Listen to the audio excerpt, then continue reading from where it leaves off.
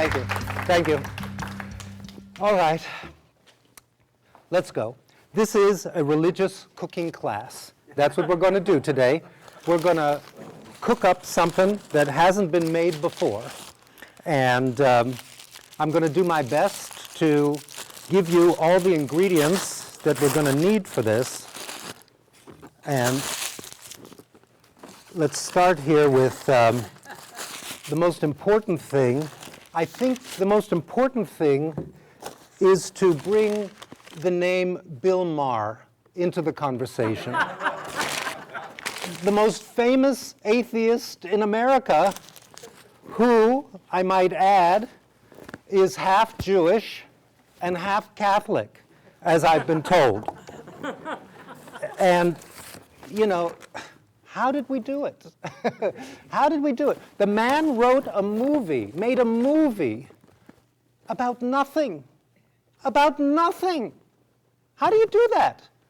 Today we're going to make a little movie about something. Something. All right.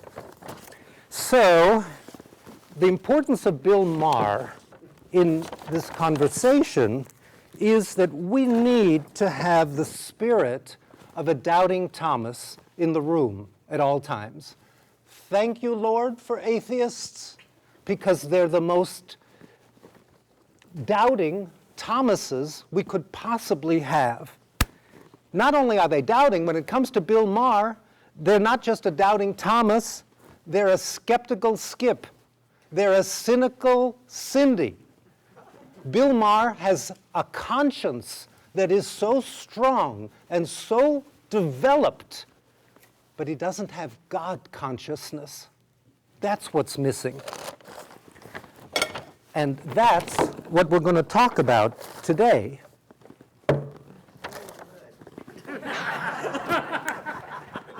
Yeah.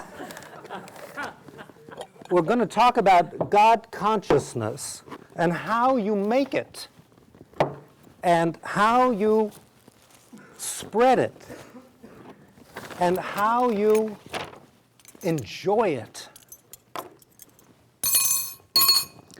So, I guess I should say that my name is Barry Emanuel Zeve. Barry, Irish. It's an Irish name. It means spear. And it's very, very powerful. Emanuel, like you don't know it. Emanuel, God with us, God with us, God with us, God with us. Emmanuel. It's Hebrew, God with us. And my last name is Zeve. Zeve is a Hebrew word. It means a ray of light. All right, so that's my name. I was a teacher, as Diane said. I was a teacher. I taught junior high, high school, and a little bit of college level English. And I know how long the attention span is of most people.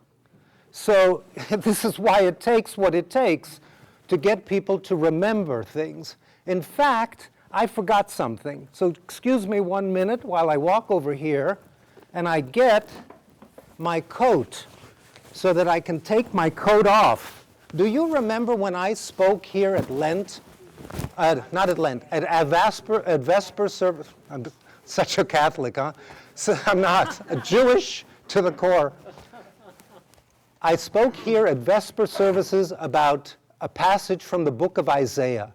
And if you remember what I said, in essence, I said that this is like the Hebrew Bible, and this is like the Christian Bible. This is Judaism, this is Christianity. And this little chupchik here, this little something that is so mysterious, that makes it possible to do this is Islam. Do you remember I talked about that? All right, so that's a mnemonic device. That's what it takes sometimes to get your point across. So where are we? Needless to say, we're going to use that. We're going to use that. We're going to use that. Here we are on a Saturday morning in the Castro neighborhood, the gay neighborhood of San Francisco, and we're going to talk about God. We're going to talk about Shabbos. This is Saturday. This is my day of rest, my holy day. Tomorrow is yours, and yesterday was the Muslim. So here I am, sort of squeezed in between the two. And Julia Childs, I'm not.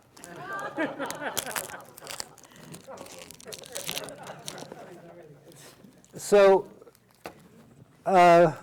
it's Saturday. It's my day of rest, my holy day. And you know, every civilization in the world has a calendar of when to sow and when to reap. It's a universal necessity of life. You've got to measure time. But we gave the world a moral calendar of 7 days, and the whole world is using it. Not very well, I might add. But that's what a moral calendar is all about. So, what are we talking about when we're talking about God? We're talking about time. Time is of the essence. George, you're so sweet. They're too good to me. They're too good to me. You're such a sweetheart. Too good to me. Oh well. Time is of the essence. And there's objective time, the time that we share around us, that we can measure. And there's subjective time, the time within that we can't measure. You know, if you take one of these over time and you look at yourself in it and you go, oh my God, what happened? What happened? I started out like a grape and I've turned into a raisin. That's subjective time. Everybody has their own impressions of time, their own sense of what time means to them. And in 2008, in April, here we are in March, just before your holiday of Easter, but in April of 2008, I went to Israel, and on a Friday night, I went to the Wailing Wall, and oh my God, there's so many. God, that's a big package. I went to the Wailing Wall, and I married myself at the Wailing Wall on a Friday night. You think we've got a problem in this country about gays marrying? Wait till you hear what Israel will have to say when they discovered that I married me. They're not going to be happy. Those rabbis are not going to be happy. I don't know why. What's the big deal? For better or for worse, in sickness or in health, do you make a commitment to yourself? Start with you. Can you make a commitment for a lifetime? That's what I finally decided to do. And I'm 59 years old right now. You don't get closer to 60 than 59. So I went to Israel. I married myself. I brought myself a token of my love for me. This is a 3-dimensional Star of David, because to be a Jew is not a flat experience. It's not something you just take a picture of. It should have depth. It should have a sense of being alive, being a part of this world. And the same can be said of the cross and the crescent. All right, so I went to Israel. I went to the land of milk and honey. Did you ever ask anybody, what does that mean? And excuse me for using the word hell, but what the hell does that mean? We're up to here in hell. We're swimming in it. It's all around us. The issue is how to get out of it, not how to get into it. All right. Please, I promised you I wouldn't get so upset, but please keep me calm. So I went to Israel, to the land of milk and honey. What does it mean, milk and honey? Milk is the essence of love. You cannot live without milk. You cannot start a life without milk. Mother's milk is the essence of all spiritual consumption. Mother's milk is where it all begins. Mother's milk is the essence of eternal love. The land of milk and honey is Israel. Why Israel? Israel means to struggle with God. Who does not struggle with God? Who does not struggle with love? But what's sweeter than love? Honey. What's the honey of life?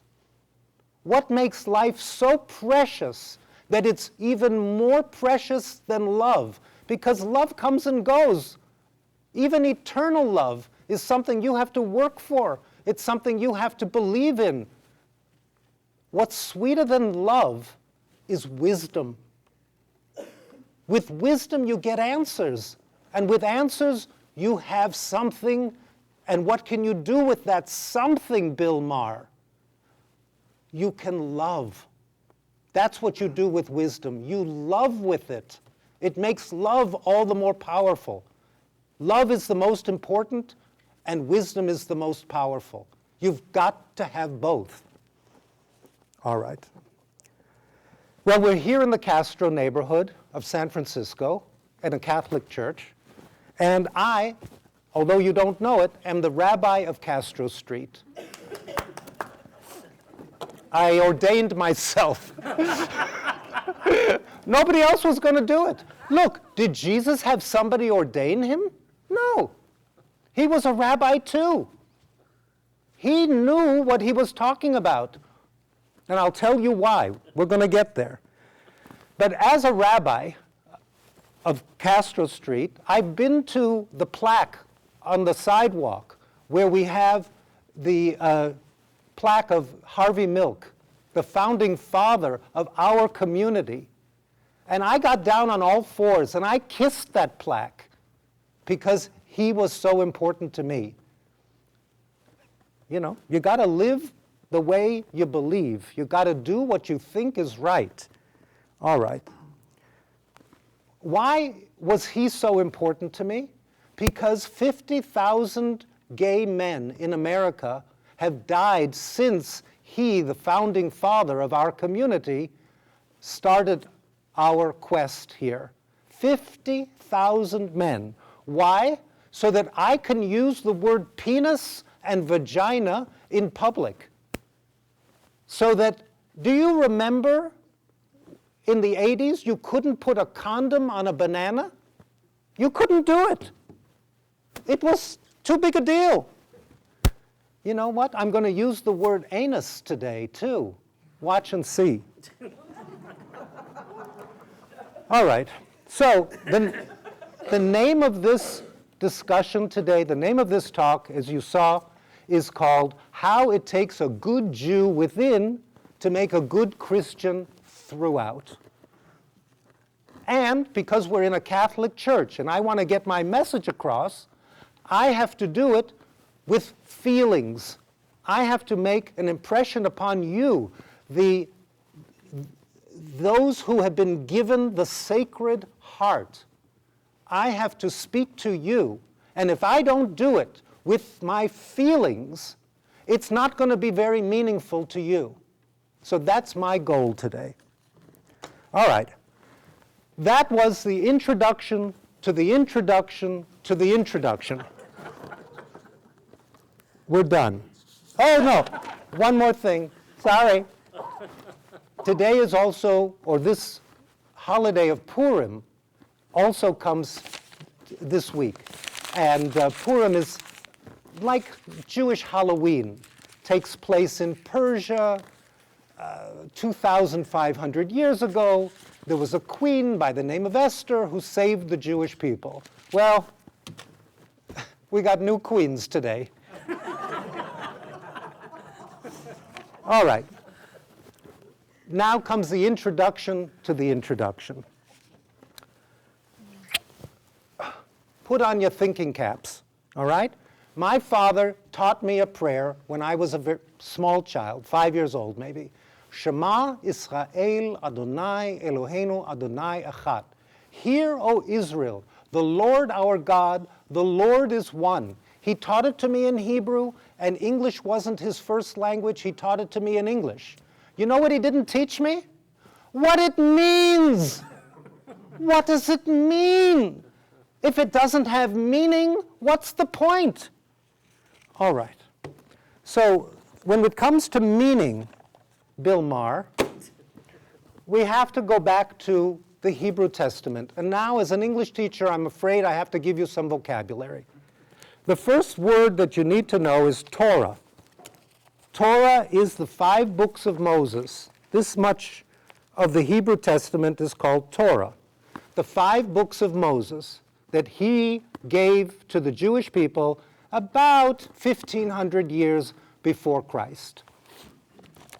The entire book is called Tanakh. Tanakh is the Hebrew Testament. And then we have yet another, like Encyclopedia Britannica, on top of that, called Talmud. And I'm going to talk today very briefly about Talmud a little bit later. But now we also have the Christian Testament. And the Christian Testament goes on top of the Hebrew Testament, right? Life is a school, and I have one major, and you're taking a double major. You got to know both. That's your cross to bear, Cookie. It's not my problem. All right, so much for vocabulary. Torah, Tanakh, Talmud. But here's 3 words in English that you need to know too. Fact. What's a fact? A fact is something you can measure. A fact is something that we can all agree upon. That's a fact. What's at the opposite end? A fiction. What do you call fiction in terms of religion? A myth. Did you say that, Vic? It's a myth. Ask Bill Maher. There's fact and there's myth. What is the essence of myth today? Creationism. They take fact, and in order to explain the world around them, they use their belief system to make the facts fit their ideas. That's a myth. The Greeks did it, the Romans did it, and now the Republicans are doing it. So what do we have in between? What is there between fact and myth? There's metaphor. Metaphor. And the master of metaphor was Moses. Torah is metaphor.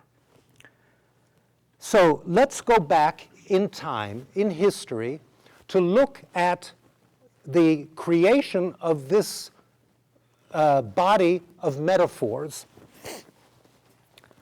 1,500 years ago, Moses tells the story. He is the author of his own book. He tells his own life story, and he says, I killed a man, and I ran away, and then I went back. And thanks to having gone back, with God's help, I was able to do some good in the world. That's Torah. So what makes it any different from all those other gods? The other gods were gods of fear. And now I'm coming back to the Sacred Heart. This is a feeling. A god of fear is plentiful. Pagans have it. All kinds of people fear gods. Moses came up with a different God, a very different God. This is a God who makes you feel guilty. Guilty. You do something wrong, you go back, you fix it, good things will happen. What a concept. All right, so 1,500 years ago, he comes up with this story. About 1,000 years ago, they write it down. No. 1,500 years before Christ, he comes up with the story. It's an oral tradition. About 1,000 years before Christ, they write it down. And what happens for the next 500 years, from about the year 1000 to 500 BCE? First, he gives them a nibble of guilt. It takes on like wildfire. They just love it. What is this stuff? It is so good. And you know what? It starts to heat up.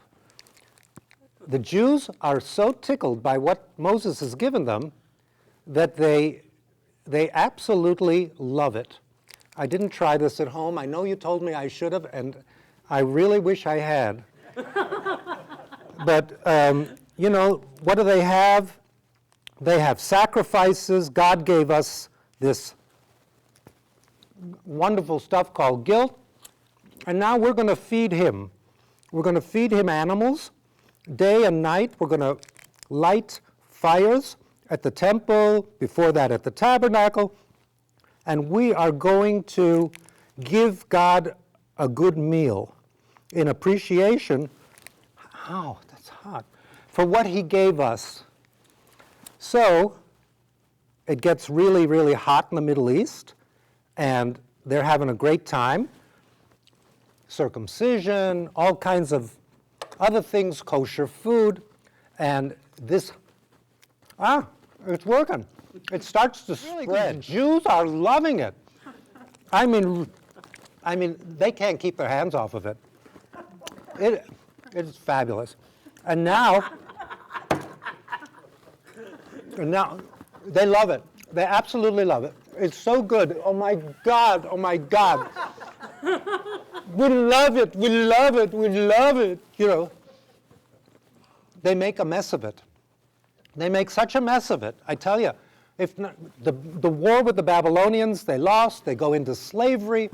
They lose 10 tribes with the Assyrians. I mean, because of this love of guilt, they get themselves into such hot water like you wouldn't believe. So we have a problem that needs cleaning up, right? Oh, George, thank you so much. This was such a good idea. We have a problem that needs cleaning up. And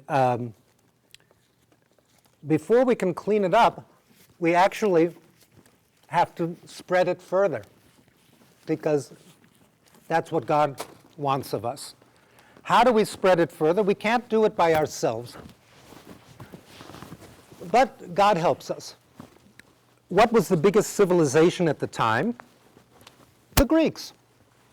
And the Greeks were very intellectual, doubting, skeptical, cynical people, and they wanted to know all about Torah.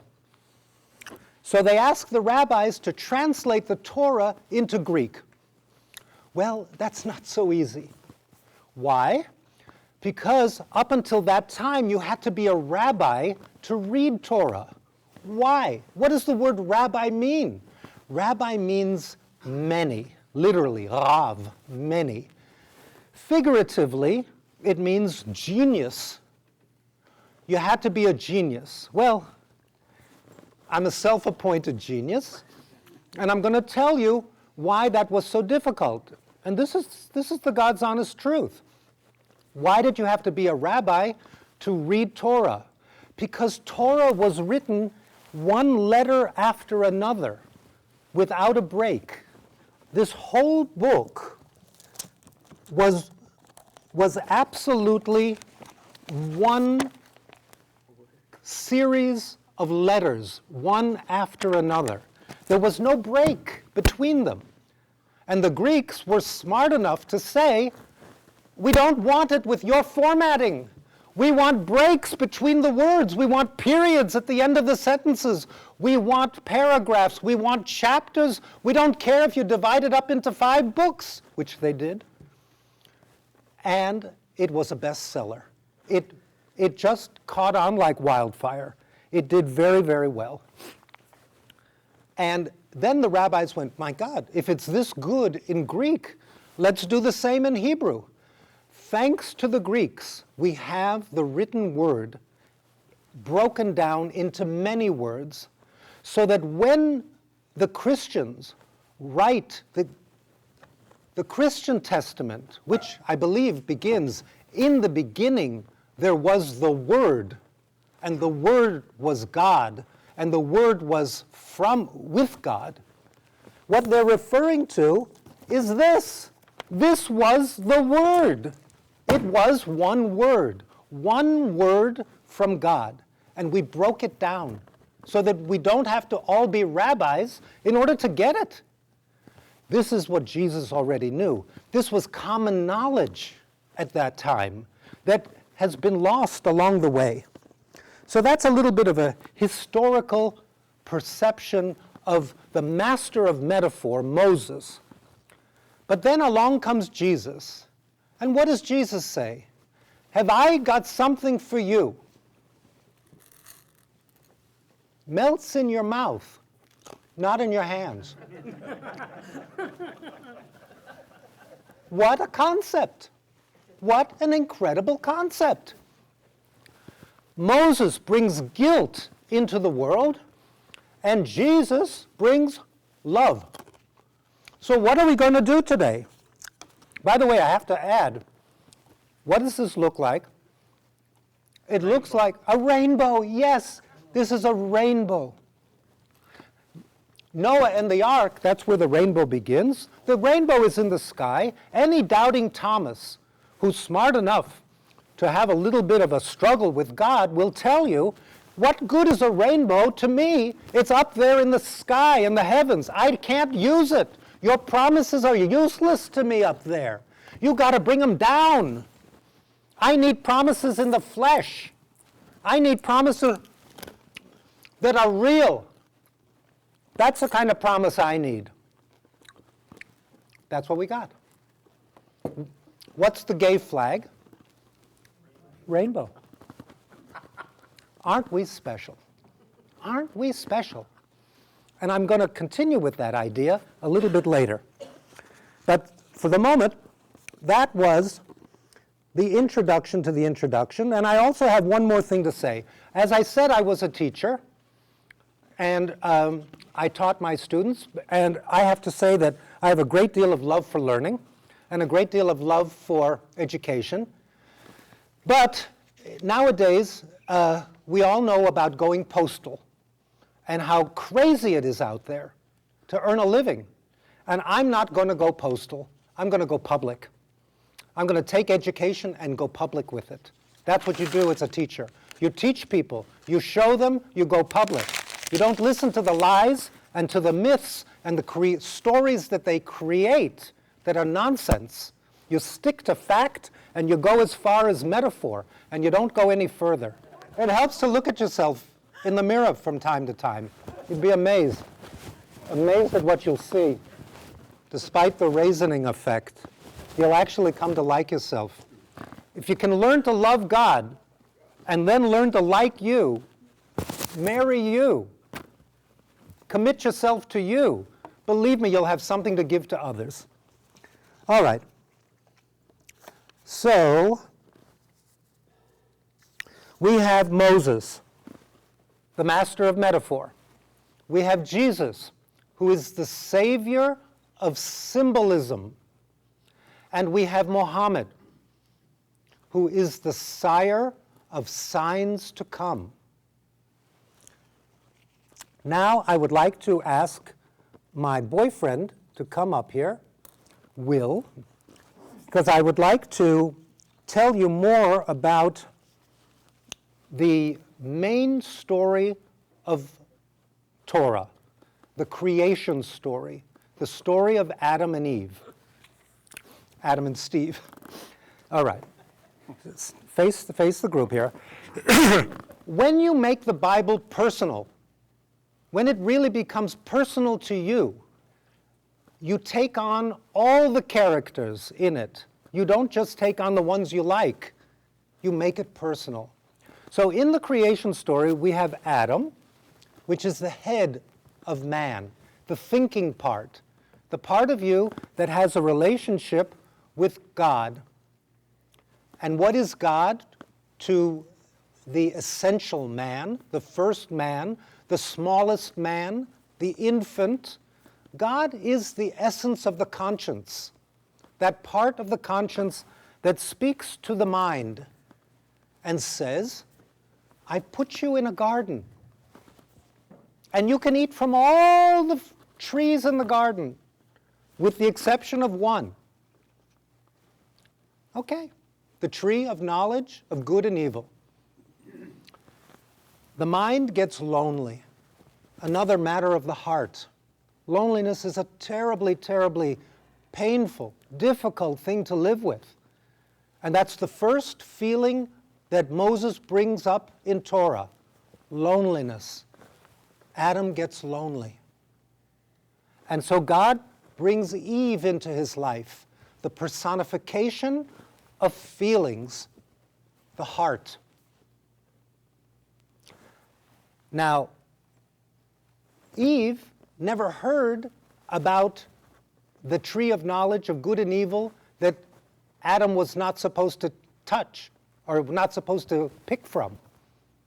It's not there. It's not in the book. You read the story. When God told Adam, it was before there was Eve.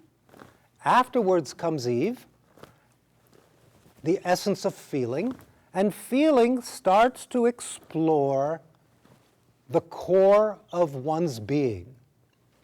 Now, I'm going to give you a hint. This is the tree of knowledge of good and evil. This is it. It's not a mystery, it's a metaphor. This is it. This is, can I take your hand? Wait, 1 second. So, she goes down here and she meets the talking serpent. There's no such thing as Satan. It's a serpent, not a Satan. It talks. It talks about desires. Desires, the world of desires.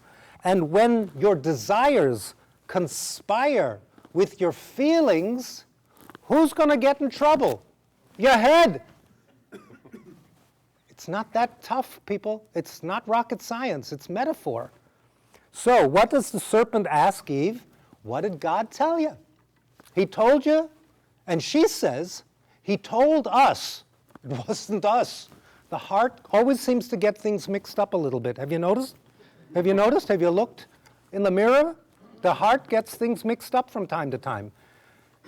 She says that God told them that they should never touch, pick the fruit of, or even, give me your hand, touch the tree of knowledge.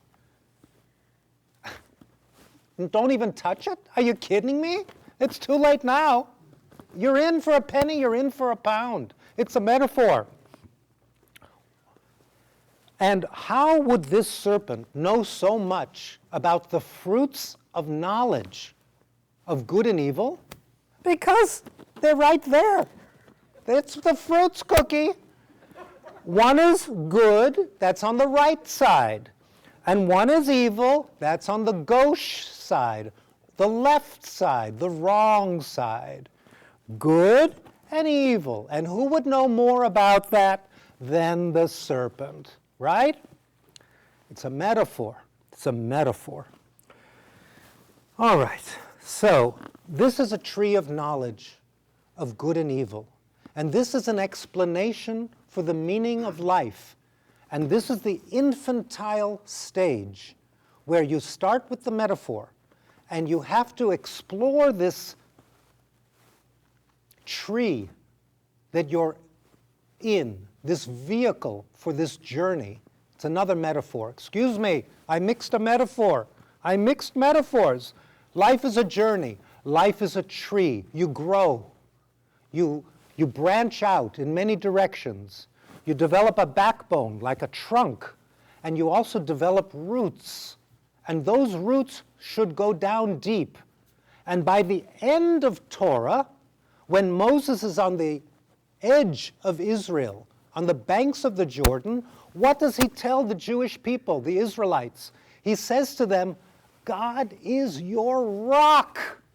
It's your rock. And when this tree of knowledge grows deep, the roots go down and they entwine with the rock for support. That's the metaphor.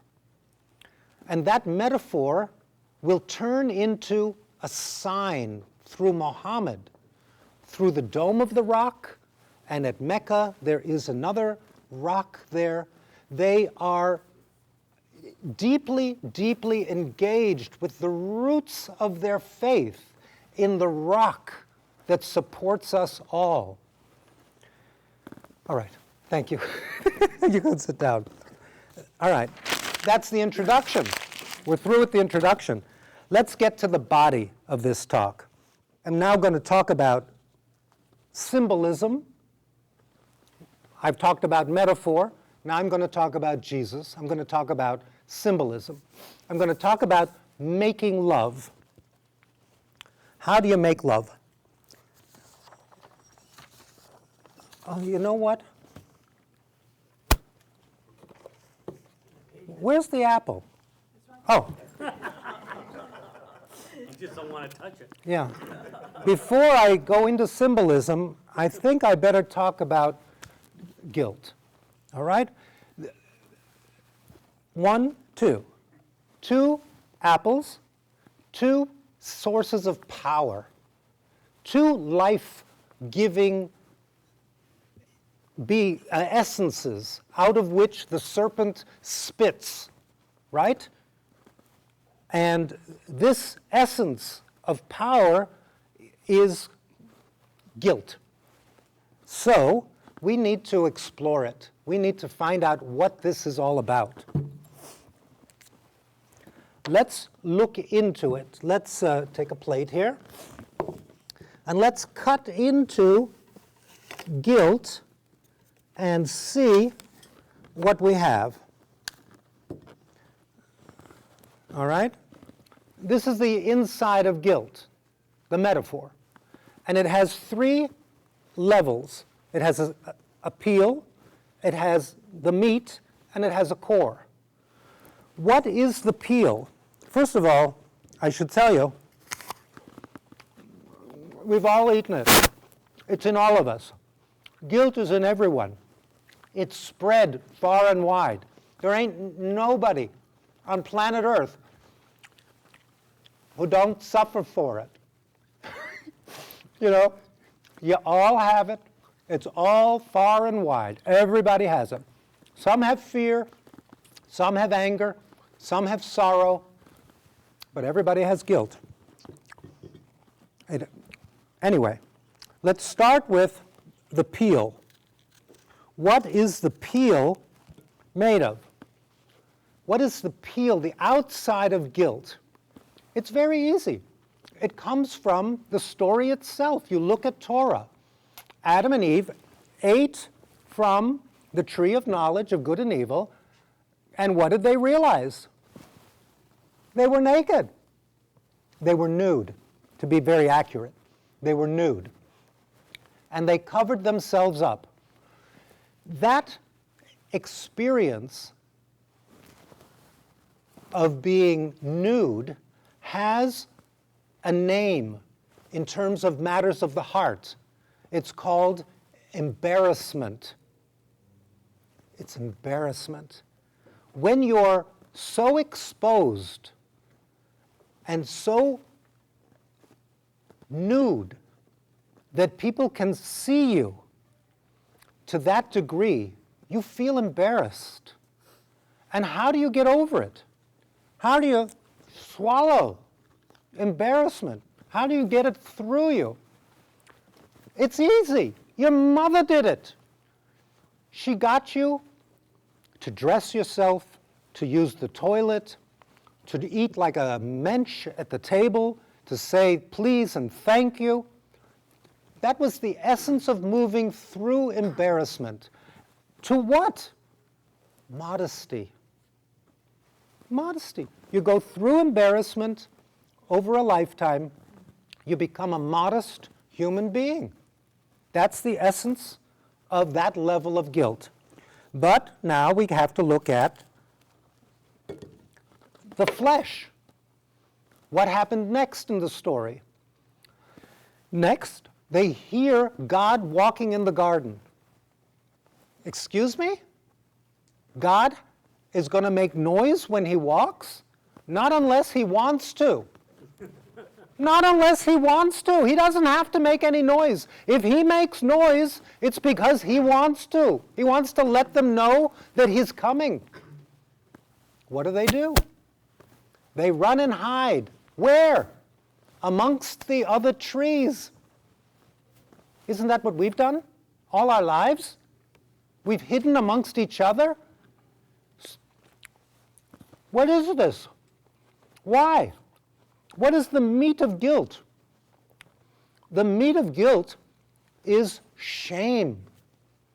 The second level of disobedience. Shame. How do we usually deal with shame when we're very infantile? We run and hide. We try to look good. Fashion, I'm going to look like everybody else. Speech, I'm going to talk like everybody else. Action, I'm going to do like everybody else. I don't want to stand out. I don't want to look different. I want to just fit in so that it won't appear that I'm ashamed of myself. How do we get through shame? How do we get through it? We get through shame by learning right from wrong. We get through shame by going back and saying we made a mistake. We get through shame by saying we're sorry. What does that produce in terms of matters of the heart? It produces humility. It's a wonderful thing. It's wonderful to be humble. It's not that pride cometh before the fall. It's arrogance. We gay people are proud to be gay, but we're not arrogant. You want to look at arrogance? We'll talk about them later, the Republicans. I tell you, I have never, until this year, 2012, and last year, 2011, seen such arrogance. These are the people who seem to know so much about God? It's outrageous. It's outrageous. God says to them, to Adam, why did you cover yourself? He says, I was naked. God says to him, did you eat from the tree of knowledge of good and evil that I told you not to eat from?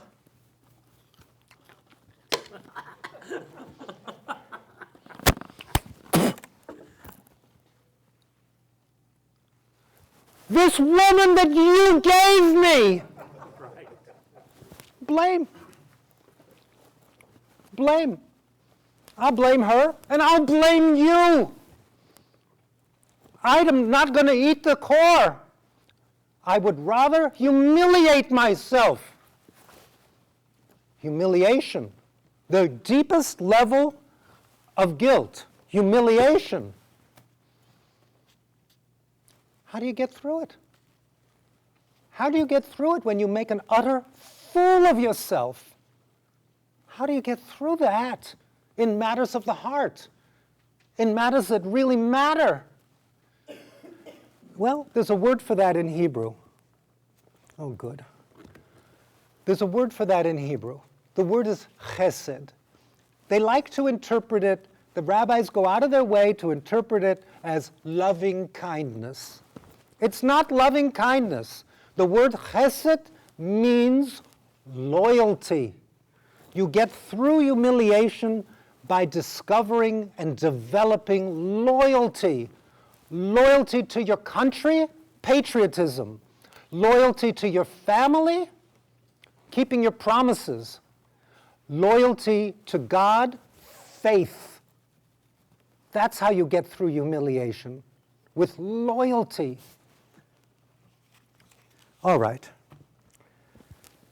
That's pretty much the infantile, the lowest level of the metaphor of the tree of knowledge of good and evil. Then comes Cain and Abel, and then Noah and the ark, and then the Tower of Babel, and then you get to Abraham. A fool, an utter fool. A grown man, but such a fool. I'll get to him later. But let's first go on to the body of this talk. The body of this talk is on love. On love and how to make love. And who knows better than how to make love than the people in this community who are so practiced. We have lots of practice in making love. We have something to say, something to offer the world. So, how do you make this candy coating called love that's so good that keeps it from melting in your hands and not in your mouth? By the way, I'm particularly fond, I like them all. They come in yellow, like ikuko, somebody from the Far East, from Japan, and yellow coating. They're great. They come in red, like American Indians, South American Indians, Central American Indians. They're great. They come in blue, like sad.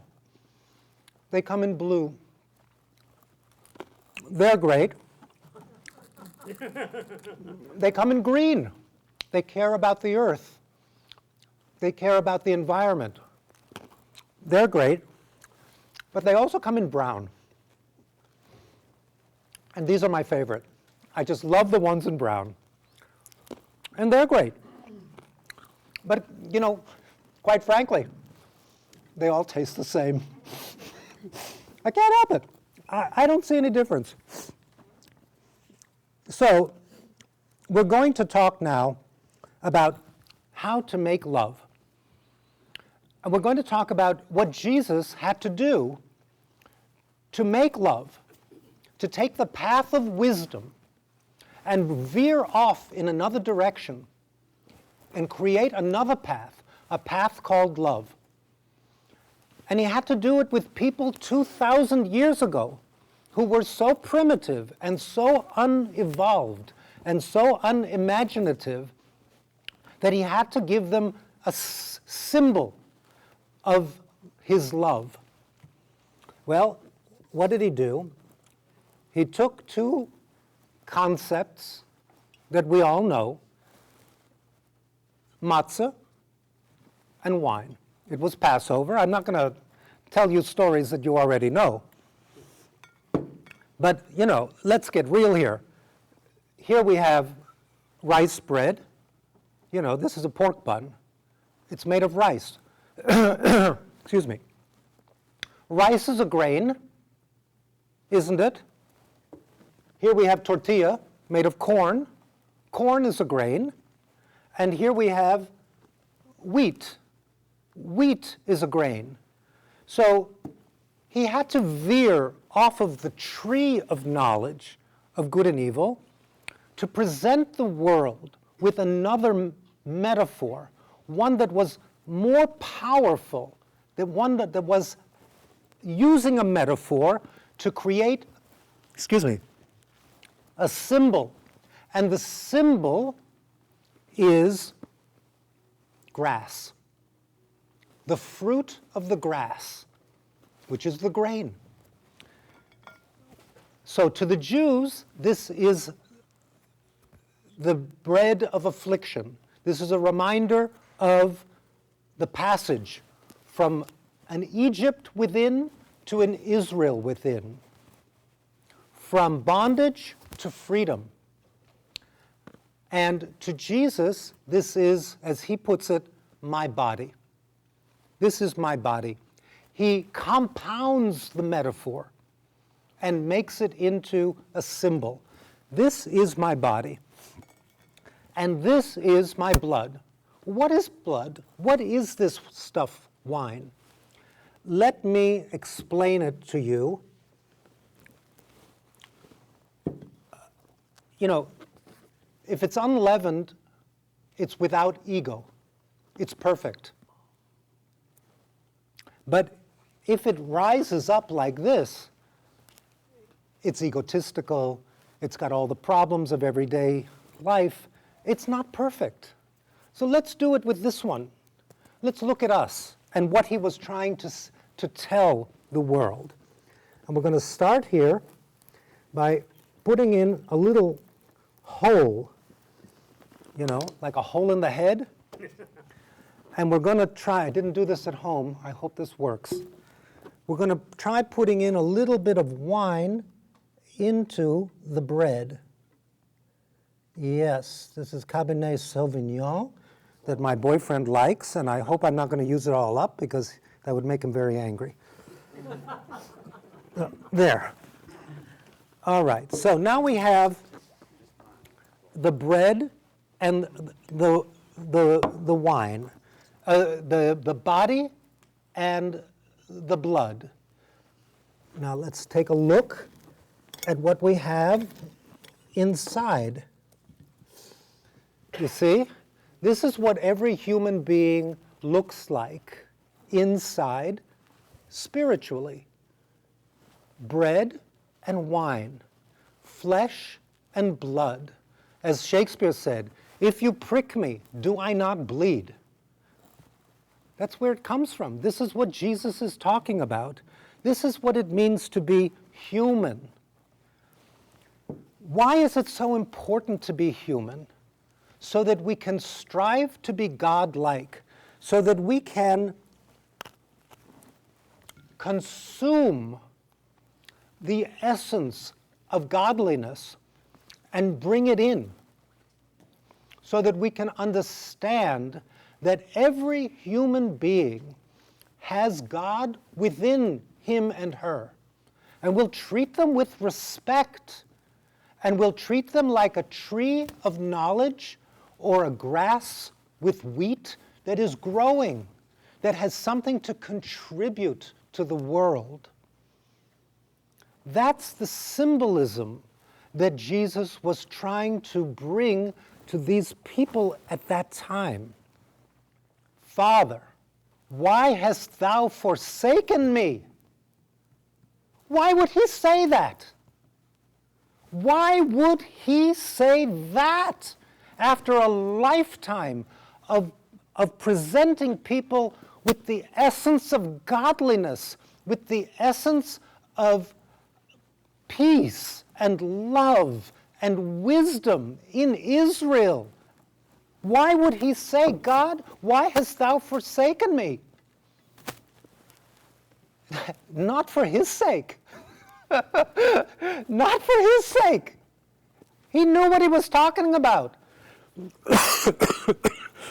Excuse me. It's no reflection on my religion. It's just something stuck in my throat. You don't need to do this to me. Don't embarrass me here. I'm doing my best. All right. So there's selfishness and there's selflessness. He was trying to get the people out of their selfishness by being selfless, perfectly selfless, to the nth degree. And he knew that on this path, that we would all have problems. There would come a point in our life where we would say to ourselves, I feel betrayed. I feel that God is against me.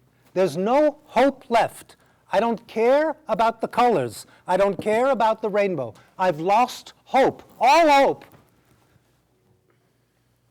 And for your sake, he says those words. Why have you forsaken me? Not for him, because he knows he's not forsaken, because he knows that you will use those words. There will come a point where you will worry about that, and he doesn't want to embarrass you. He wants you to know that he has gone that far, and he knows what you are feeling. Now, we have selfishness, we have selflessness, but as human beings, what can we do to stay in the middle? We can be self-centered. Your job, do the best you can. Now I want to go back and review a little bit. We have a head, Adam, we have a heart, Eve, and we have a conscience, God. We have Judaism, we have Christianity, we have Islam.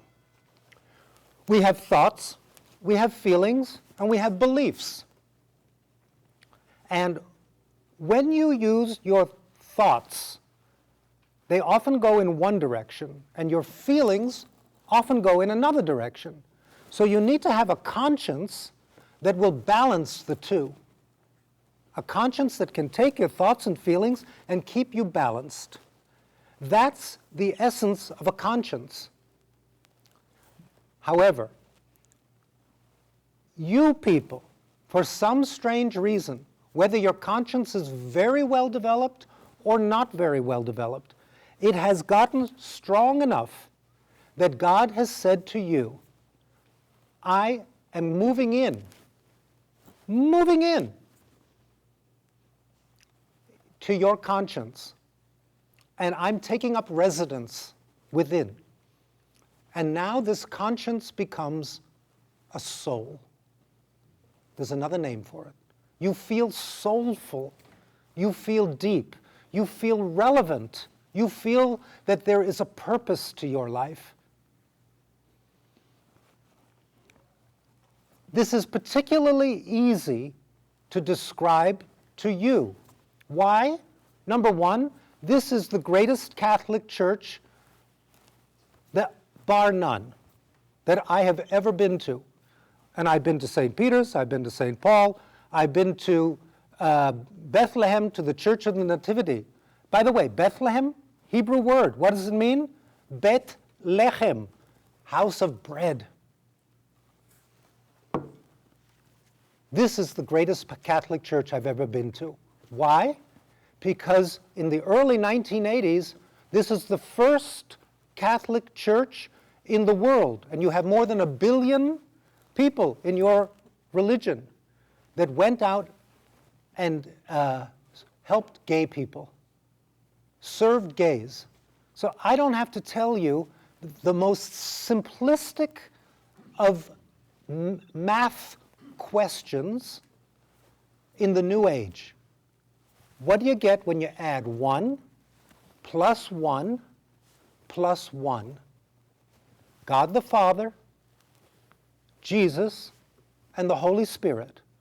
What is 1 plus 1 plus 1? 1! The answer is 1! It's not that difficult. This is not rocket science. This is metaphor and symbol. All right. That was the body of this talk. Take a deep breath. We're on a downward course here. Conclusion. All right. Believe me, there's more than the conclusion. So, there's questions at the end. And I got the questions and I got the answers. There's 4 questions and 4 answers. So don't worry. This is the metaphor that Moses brought into the world. Simple, you got it. This frozen concentrate, this is the symbol. Okay? And this is the sign. When it's reconstituted back again, this is Islam. You have metaphor, you have symbol, and you have sign. Let's do our best to put the 3 of them together to understand that they have a sense of connection, okay? All right, so that's the orange. The apple is the fruit of the tree. You're responsible for that. You're Christians, you're responsible for the entire book, all of it. You're responsible for the apple. Grain, the fruit of the grass. You're responsible for that too. What you're not responsible for is the legume. A legume is the fruit of a bush. This is Islam. This is Islam. This is the natural gift from God that reveals to us the gift of Islam, the legume. Judaism is the path of wisdom. Christianity is the path of love. And Islam is the path of generosity, generosity of spirit. This path of theirs, they talk about all the time, but it goes over our heads. We don't understand it. They say, Allah Karim. God is generous. God is generous. It's not enough that God be wise. It's not enough that God be loving. It's also important that he be generous.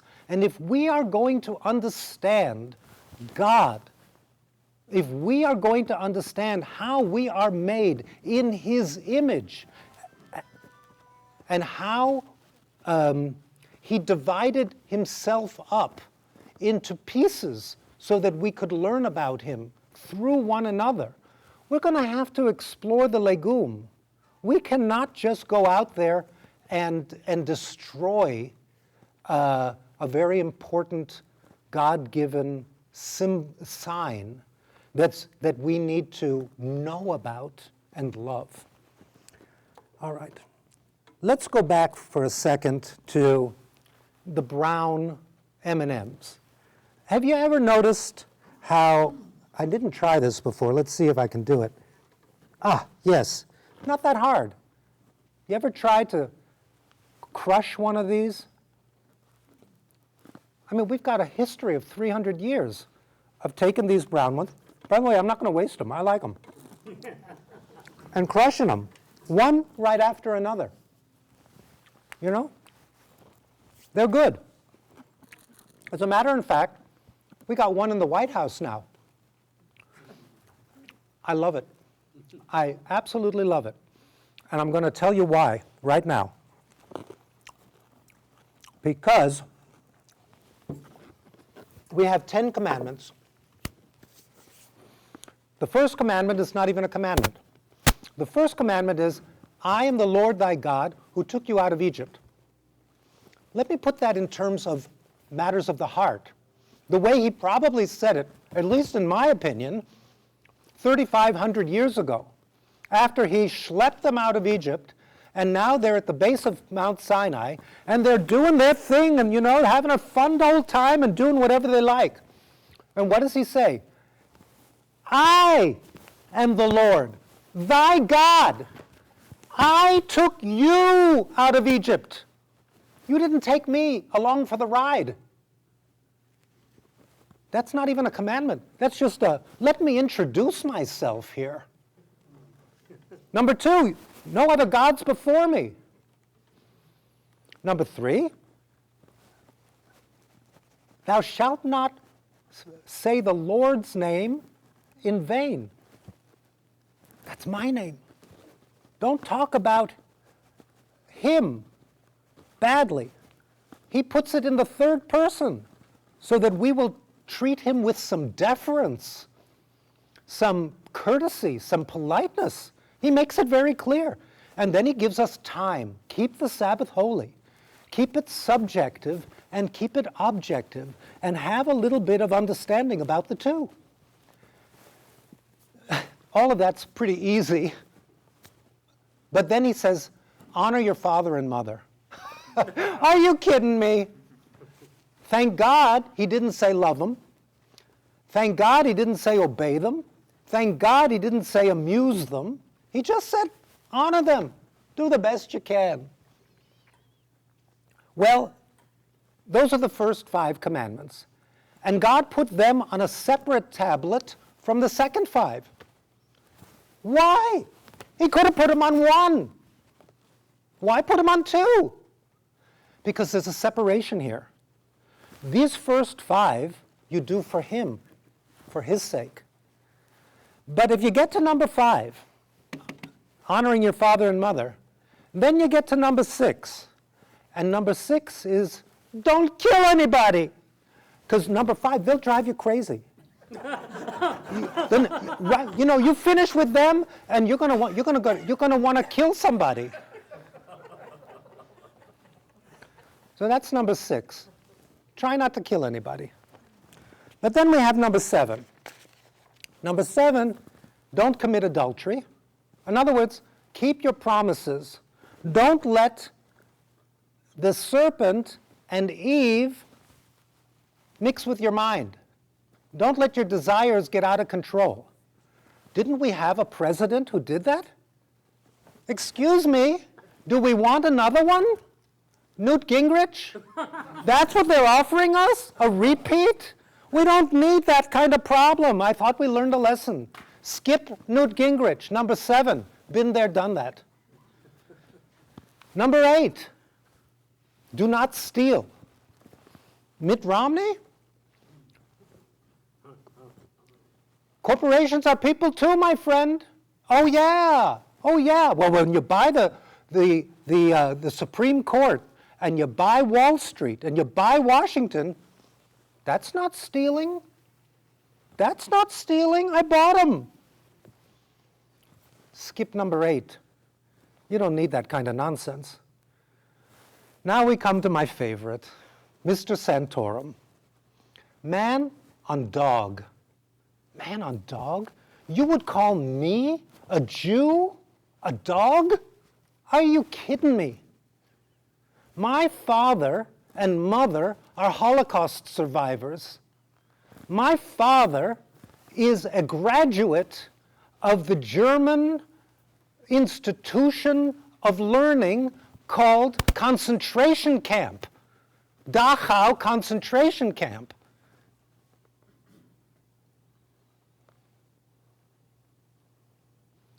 Kadosh in Hebrew, make whole. But you cannot make something whole until you first separated it.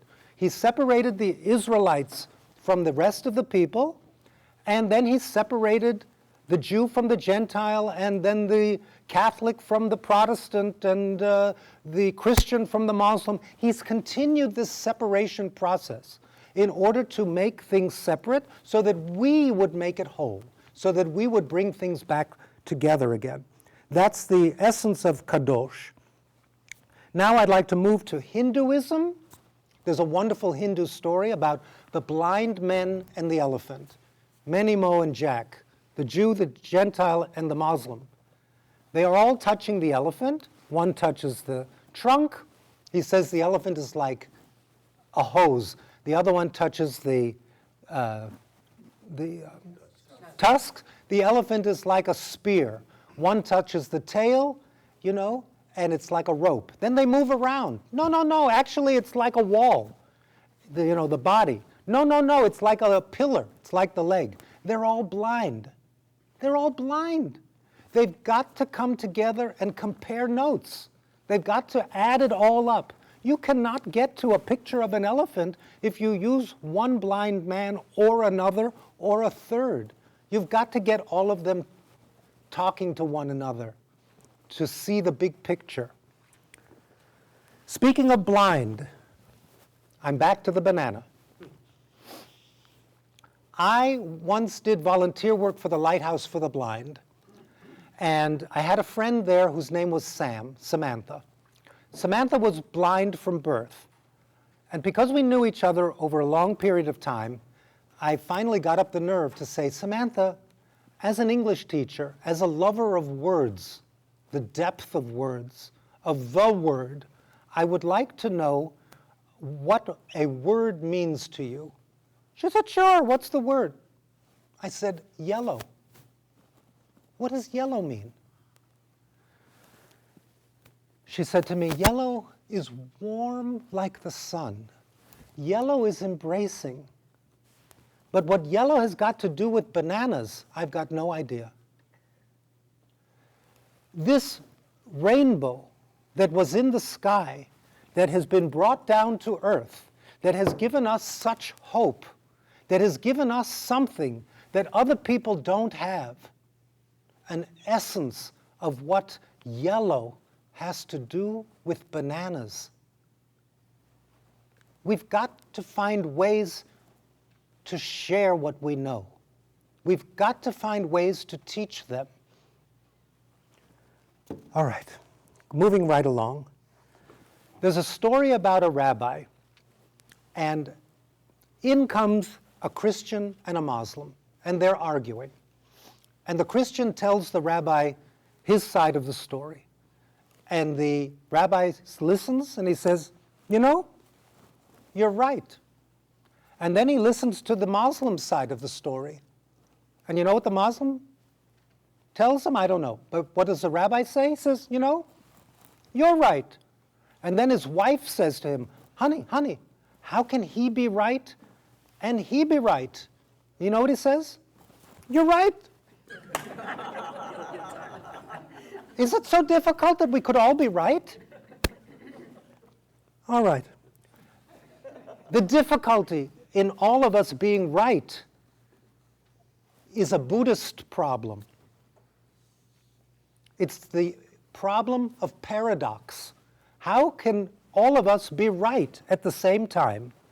Now, I'm not good at flipping coins because I'm not, I did all right.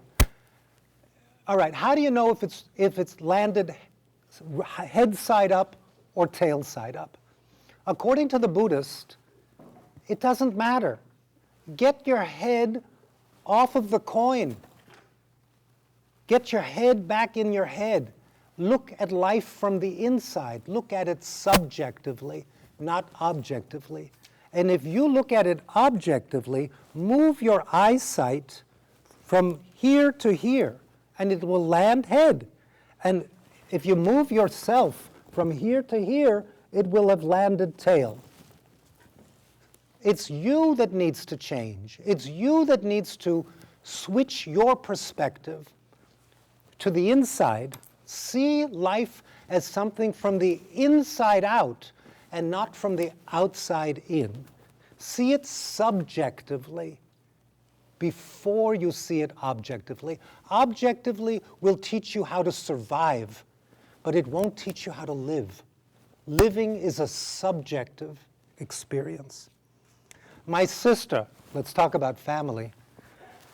My sister's name is Rena. Rena is a Hebrew word. It means the song of God. Honey, when you listen to my sister in our family, it's like a screech. It's not a song. But that's a family problem, and I really probably shouldn't be washing my laundry in public. But the song of God, what makes his song a song? What makes any song a song? What makes it a song is that it has a melody and it has lyrics. What is the melody of God? It's love. The melody of God is love. What is the lyrics of God? The lyrics of God is wisdom. That's what makes his song our song. And he sings to each one of us. And how do you hear him? And how do you play back his song? With this instrument that he's given you. You do the best you can to harmonize with everybody else with the instrument that you've been given. Not long ago, they outlawed music, or they wanted to outlaw music. Can you think of anything more diabolical than outlawing music? Never heard of such a thing. Now I want to talk about Talmud. If we're talking about wisdom, and we're talking about the Hebrew Bible and the Torah, Tanakh, and Talmud the encyclopedia, here is a page for you from Tanakh. You probably won't be able to see very much of it. It's divided up in a funny kind of way, and every page of Talmud is divided up differently. So what I've done here is I've given you a visual demonstration of the kind of division that is on this page of Talmud. And it's thousands of pages. But what this is an exploration of Torah from a moral point of view that occurred between the time of Jesus and the time of Muhammad, from about the first 500 years of the new calendar. And during that time, the rabbis were discussing moral issues. And one rabbi, let's say the blue rabbi, said something in the year 50. And then let's say the yellow rabbi responded to that idea in the year 175. And then let's say in the year 225, this guy in brown said something else in relationship to what they had said. And then here there's the orange rabbi, the year 350, and so on and so forth. This is wisdom. This is a conversation that takes place over time. A conversation that takes place over time. This is the love of wisdom.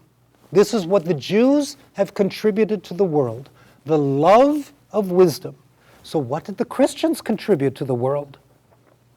The Christians contributed to the world the wisdom of love. And who is the greatest contributor, although certainly not by far the least, the greatest contributor to the wisdom of love in Christianity is Johann Sebastian Bach. He took wisdom and liquefied it. He took wisdom and turned it into love, liquid love, called music. He had fugues. He had all these kinds of music where he combined different voices. These are moral statements. Every one of them is precious. He combined them in a very precious way. He is the essence of Talmud for Christianity. He was lost. There was a Jew who had to hear his music and go, my God, oh my God, this is so special. Felix Mendelssohn, 200-300 years after Bach, discovered Bach. You've got more than you realize. You've given more than you know. And it's up to all of us, Jews, Christians, Muslims, Buddhists, Hindus, and atheists, to give credit where credit is due. All right. We're getting there. We're getting there. Hang in there. Bar mitzvah, bat mitzvah. What is a bar mitzvah? You know, when a boy or a girl reaches the age of 13, they're no longer a child.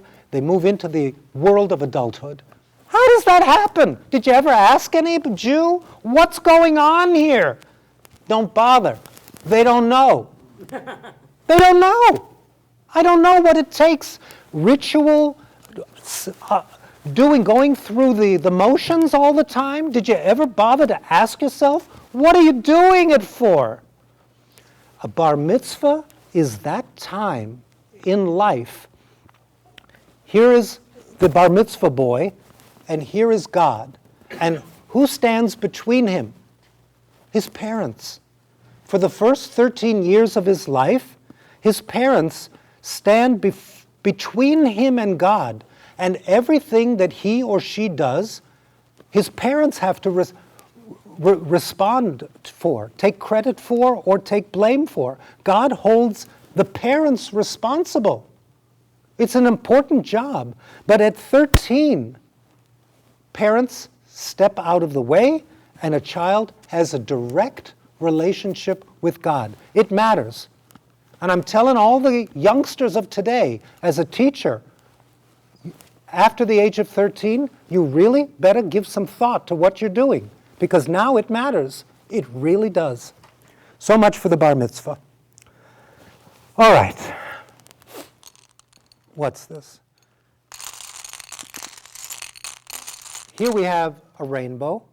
Here we have M&Ms, but these are peanut. Okay? What is the peanut? The peanut is a legume. What makes this legume different from this legume? This legume grows in the air. It grows above ground. It grows in spirit. This legume does not. This legume grows underground, beneath the earth, in the darkness. This legume grows closer and closer to the rock. This legume is very, very special. It may have been invented by a man by the name of George Washington Carver in America. But it's popular all over the world. This legume is particularly important today in terms of Iran and the troubles that we're having with Iran. Well, let's take one of these. Let's take a little look at it. What do we have here? On the outside, we have candy coating, right? Love. And then underneath that, we have chocolate. And then right at the center, we have a legume called a peanut. Okay? These are even better than these. I mean, when you put all three together, it is really, really interesting. It's very, very good. So I suggest that we get to know these peanuts, and we make sure that these peanuts, that they're growing underground, atomic bombs, are the wrong use of power. It's a bad application. There are better ways to use this tree of knowledge or this bush of learning, of generosity of spirit, because this is what it stands for. It stands for generosity. Having love and having wisdom is not enough. You've got to have generosity. You have to give it away. You have to recreate it, make more and more and more of it. Without generosity, charity, it's useless. It's all for you. It has to grow. It has to be compounded, multiplied.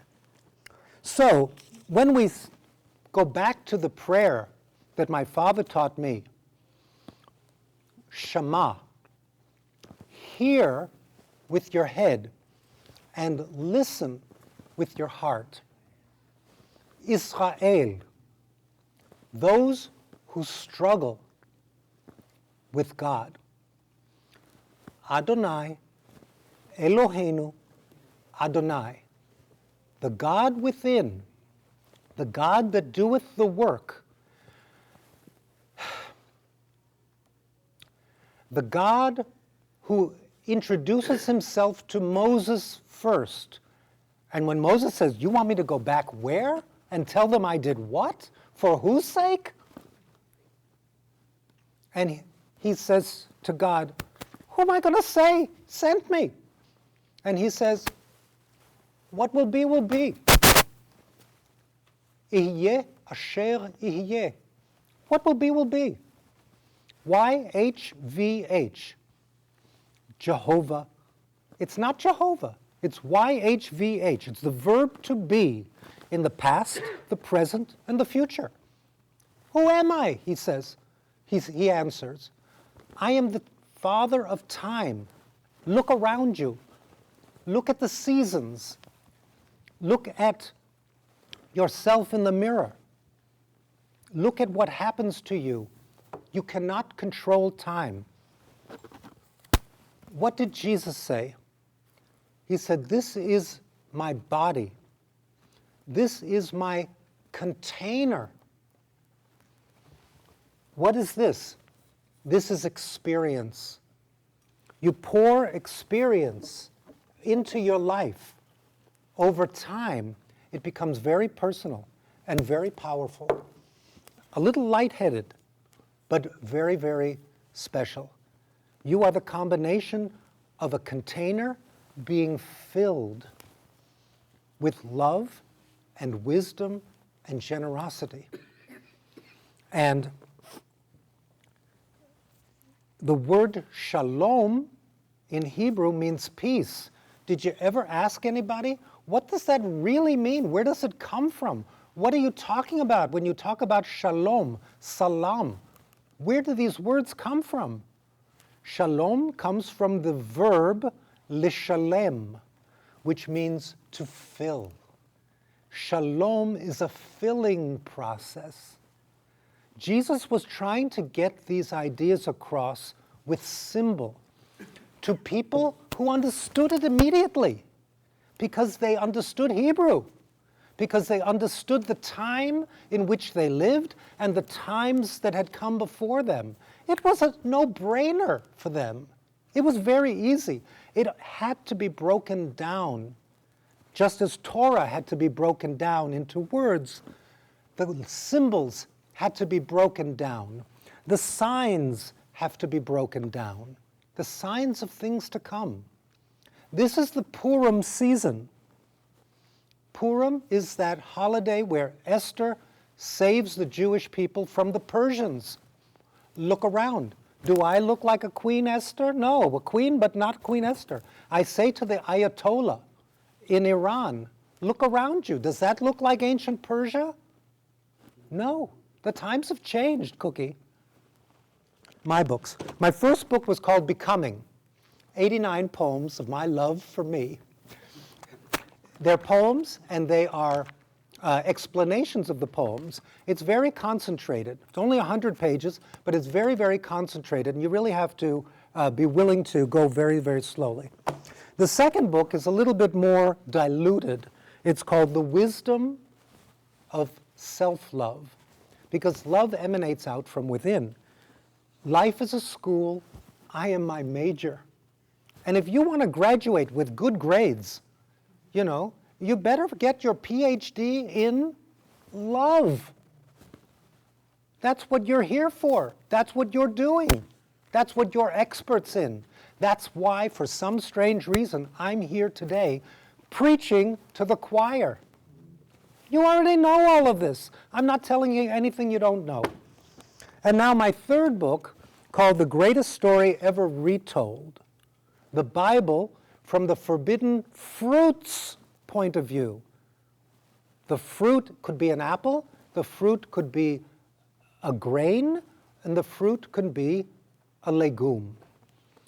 This is Torah, 500 pages of Torah explained step by step in terms of the modern age.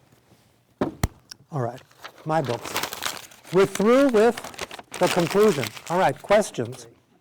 When wisdom could not be any further away from love, the most horrible time in the history of humanity, and what have we been able to do in only 65 years? We have been able to do this, especially in this country, with our Judeo-Christian values. We have been able to hug ourselves, to hug one another. It's very important, and I don't want to see the Republicans do that. Not to me, not to you, and not to themselves. What is abortion? I talked about Abraham for a moment. I said there, Abraham was a mature man, the first mature man of the Bible. But Abraham was an idiot. He was very inexperienced. He had a mistress named Hagar, and he had a wife named Sarai, and then her name is turned into Sarah. Sarai, Sarah. It's play on words. You've got to understand Hebrew. We start with the essence of feeling, which my boyfriend demonstrated so beautifully, and I love his body, and I'm glad to have shown it off to you. The essence of feeling begins with Eve. But the three faces of Eve are Hagar, Sarai, and Sarah. Hagar, who is the mother of Islam, her name means forsaken. And her son's name, Ishmael, means man of God. We are all men of God. And women all have a side to them that is forsaken, that feels terribly betrayed. You want to take the people who have been the most crushed in this world? It's women.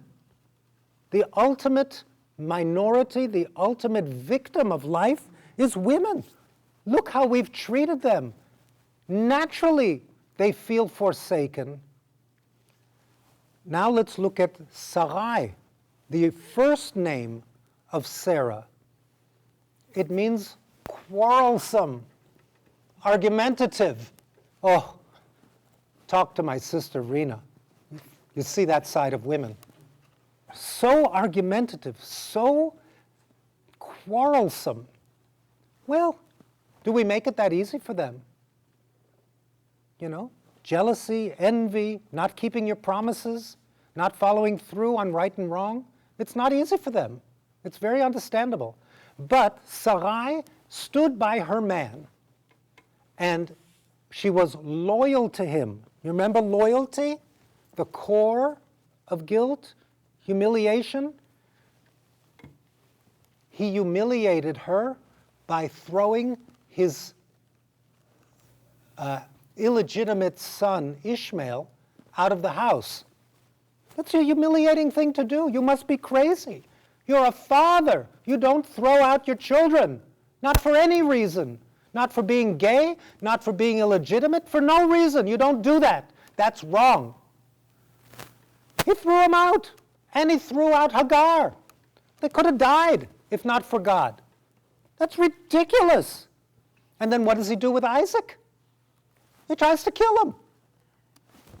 You must be out of your mind. That's mature. You better follow along. You better read more of the Bible. You better figure out what comes after Abraham, Isaac, Jacob, Joseph, Moses, who writes the book. There's a lot more to it. So, God changes Sarai's name, because of her loyalty, to Sarah. Sarah means princess. Now, there are a lot of name changes in the Bible, but what makes this name change so special is that he doesn't give her a name, he gives her a title. Why is that so important? Because God is the king, and he gives her the title of princess. You are my princess on earth. And any man who wants to be a prince in my kingdom, like the Prince of Peace, how did he get that name? By treating women right. That's how he did it. How does a man get to become a prince of a guy? It can only happen in the eyes of a woman. A woman has to look at him, and she has to feel in her heart, that's a prince of a guy. If that happens, then he becomes a prince in God's kingdom, and only then. All right. So, abortion. What is it that women want? We have here 5 commandments, and women have been, on the first 5, adored and treated as honorably as we possibly can. Now they want to go to the other 5? You want the right to kill?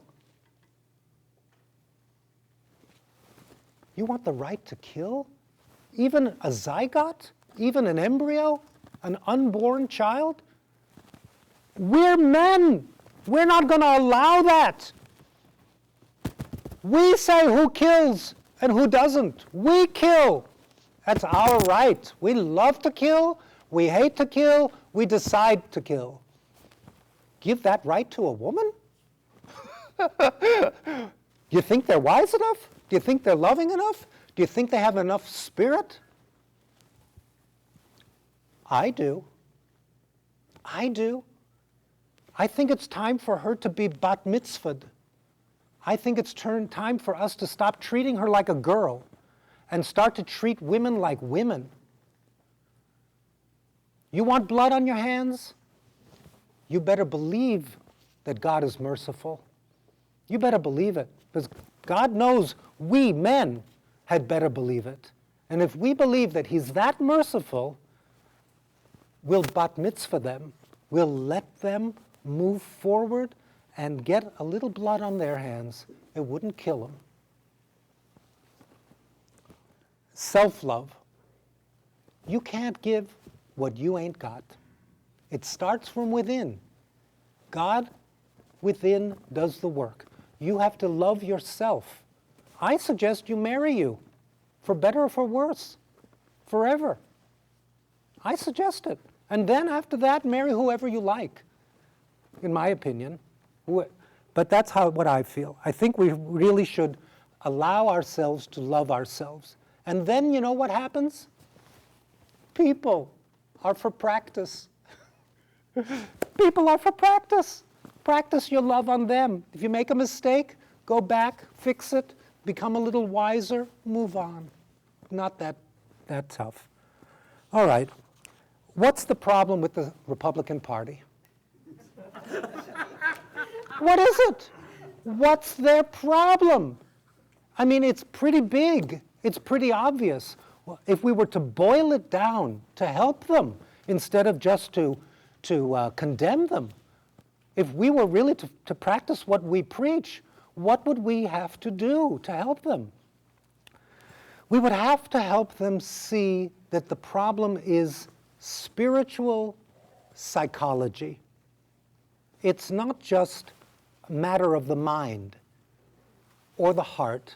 It's a matter of spirit. It's a matter of spiritual psychology. We have to help them grow up and understand themselves. We have to teach them where are they now? These books can do together. There's a lot to learn. There's an awful lot to learn. Nobody's perfect. Everybody makes mistakes. But when you internalize these books, when you make them live through you from the inside out, I think it's possible. I think there's hope. I think there's a lot of hope. But if we talk about Iran, and we're talking about peanuts, what would it cost them right now for them to let the IAEA in and have inspections? And if they were to admit what they've really been doing, what would it cost them? It would cost them a little bit of embarrassment. It would cost them some shame. And it would cost them some humiliation. Haven't we been through it? Is it that big a deal? Couldn't we forgive? Couldn't we move on? What would it cost them? It would cost them peanuts. All right. I'm done.